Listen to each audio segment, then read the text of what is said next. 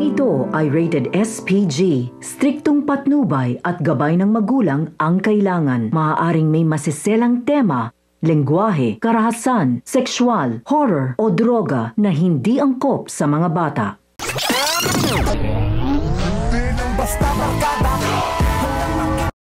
Agad na isinugod ni Rigor ang kanyang asawa na si Marites at ang biyenan niyang si Tinding sa pinakamalapit na ospital. Malubha ang kalagayan ni Marites, maraming dugo ang nawala sa kanya, kaya't kinakailangan siyang masalinan agad. Baka sa mukha ni Rigor ang matinding pag-aalala at pagsisisi, ang kanyang pangangaliwa ang naging dahilan ng lahat ng ito. Dahil sa relasyon niya kay Lena, maraming nadamay, si Noy, si Roda, si Tinding at higit sa lahat ang kanyang asawa na si Marites na ngayon ay nasa bingit ng kamatayan. Tanong ng lahat, magbabago na ba si Rigor sa mga nagawa niya o matatauhan na si Marites sa paulit-ulit na kasalanan ng asawa at tuluyan na siyang hihiwalayan ito? Sa kabilang banda nalaman ni Ramon ang nangyari kaya't labis ang kanyang pag-aalala.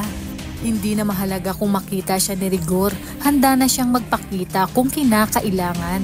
Natuklasan kasi ni Ramon na ang kabit ni Rigor, si Lena ang dahilan kung bakit nasa panganib ang buhay ni Marites.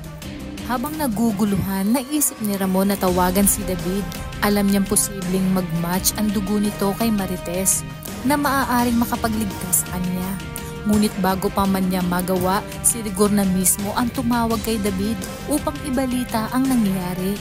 Pagkakataong ito, wala nang lusot si David. Alam niyang maaaring magtagpo sila ni Ramon sa ospital. Kapag nangyari ito, tiyak nabubunyag ang lahat. Nabuhay pa pala ang mortal na kaaway ni Rigor na si Ramon Montenegro. Pag nagkataon, mas malaki at mas malalim na gulo ang maaaring mangyari. Sino ang unang kikilos at paano magwawakas ang sigalot na ito?